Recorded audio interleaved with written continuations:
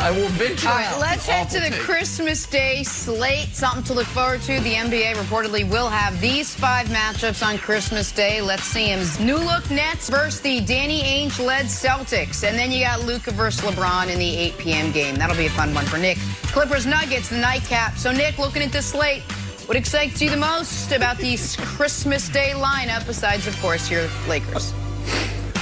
Well, I'm sorry. I just need a moment here to gather myself because I am so proud. Luka! Oh, gosh. In the main event. Don't do it. Luka, my large adult That's right. Slovenian son. The NBA is coronating him. The NBA saw what we all saw, which is this young man last year. I mean, he's played in 6 playoff games ever. By the way, in those 6 playoff games, believe it or not, he already has more 40-point playoff games than Giannis, Steve Nash, or Dr. J did. He's got the same amount of playoff triple-doubles as Steph or Michael Jordan or Isaiah Thomas. He averaged 31, 10, and 9 in the postseason. And the NBA understands he's going to win league MVP this year, so put him in the premier game against the best player ever and the best team. Not you, the Warriors, not you, the Nets, not you, the Clippers. Christmas Day, let's feature the face of the league of the last 15 years and the face of the league for the next 10 years, Luka Doncic. I love it so much that the league recognizes what they have in this young man. Yeah, this is going to be a good one. I love Luka. He will be the face of the NBA in the next couple of years. Man, I wanted to say that 2:30 game would be the game to watch, but you lose Klay Thompson. That is just a brutal blow and a devastating blow to the Warriors and all of the NBA. Everybody was excited to see this dynasty come back together. So, for that reason, I got to go with the 5 o'clock game, and that is the Celtics versus the Nets. Like, man, this team can be the best team in the NBA. They can win the ship. They can. So we want to see how Kyrie play against his old team. I know it's been a while. It's been a long time. But I want to see how he plays against his old team. I want to see if this KD's Achilles, how healthy is he? So this is a good game to watch. I think the most intriguing team, most interesting team in the NBA is the Nets. So I'll be tuning in to that 5 p.m. game, Jenna. Great take. I totally agree, Brandon. I'm a little bit nervous on if Nash is going to keep them on a minutes restriction, though. He had some comments like, we're probably not going to roll out, go, full speed ahead. So if it's be an odd mix, if you're playing on Christmas Day, you're only getting about 25 minutes. For me, what I want for Christmas, a tampering fine. That's what I want from Daryl Morey. I wanted to see Rockets, 76ers. I wanted to see Ben Simmons versus Harden. Like, you're going to trade Harden for me? It's going to be like a Kukoc, Jordan Pippen thing during the Olympics. That's what I really wanted, a tampering fine. So maybe we'll get it on the TNT games on December 22nd. But on my wish list is a Sony PlayStation 5 and a tampering fine. I don't even really want it. Harden was connected to Brooklyn via trade rumor this offseason, but Kevin Durant poured water all over that yesterday when he said this. Take a listen. Is there anything that you could share with us about that conversation? And then do you relay that James wants to play with the Nets to Sean as soon as you hear something like that? I don't know where you're making these stories up that me and James talked about any of this at a workout. Like, I don't know where that came from. And James is a friend of mine, but I let the front office handle all of that stuff. I was just so focused on working out. I heard all the noise, and I heard that, James potentially wanted to come to the Nets, but anybody can make up stories. Anybody can write a story, and it gets some traction. So, nothing's ever set in stone till it's set in stone. So I never thought too much about it. Just focused on myself, and my teammates probably did the same thing, and, just move forward. All right, Nick, what do you make of all of this? A lot, apparently. I don't think there is a single person in the country that believes that.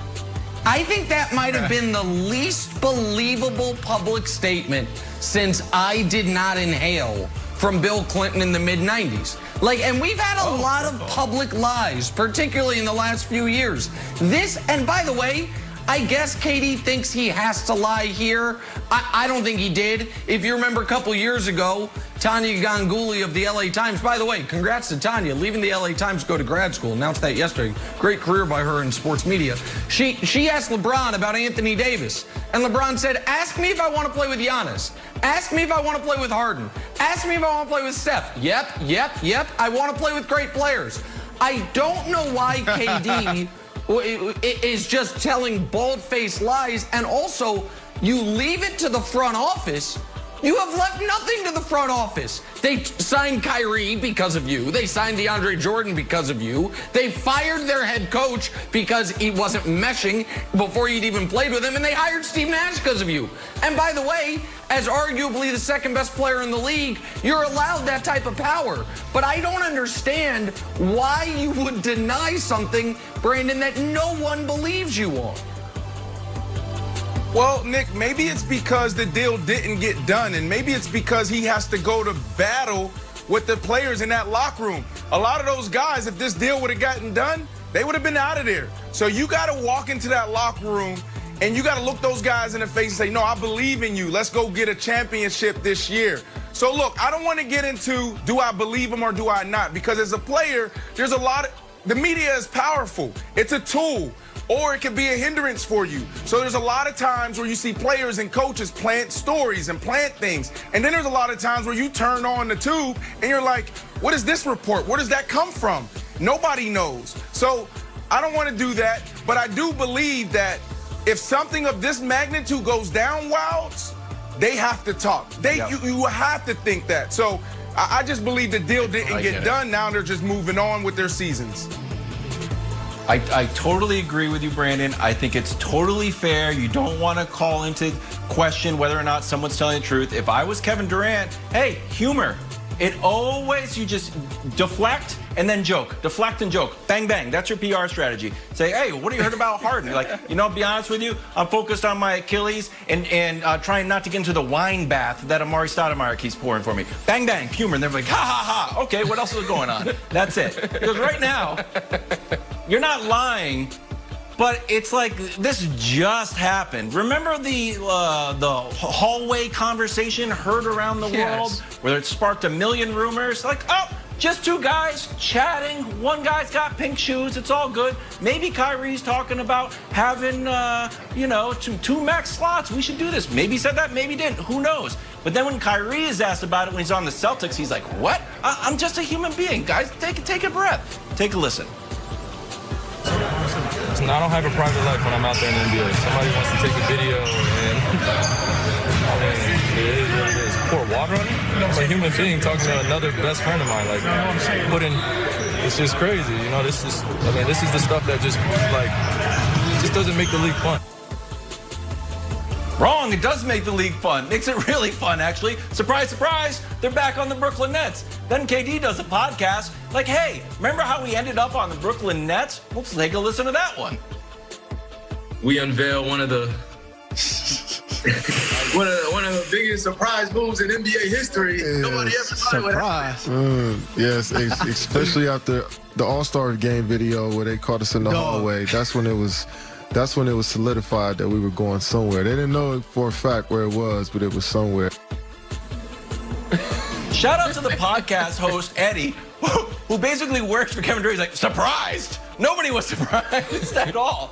So, Nick, I'm not going to say that the guy is lying, but we do have a certain track record of let's say, not an entire transparency. Okay. I'll meet you there. Not lie, just not totally transparent. I've got a very, very quick hot take, all right?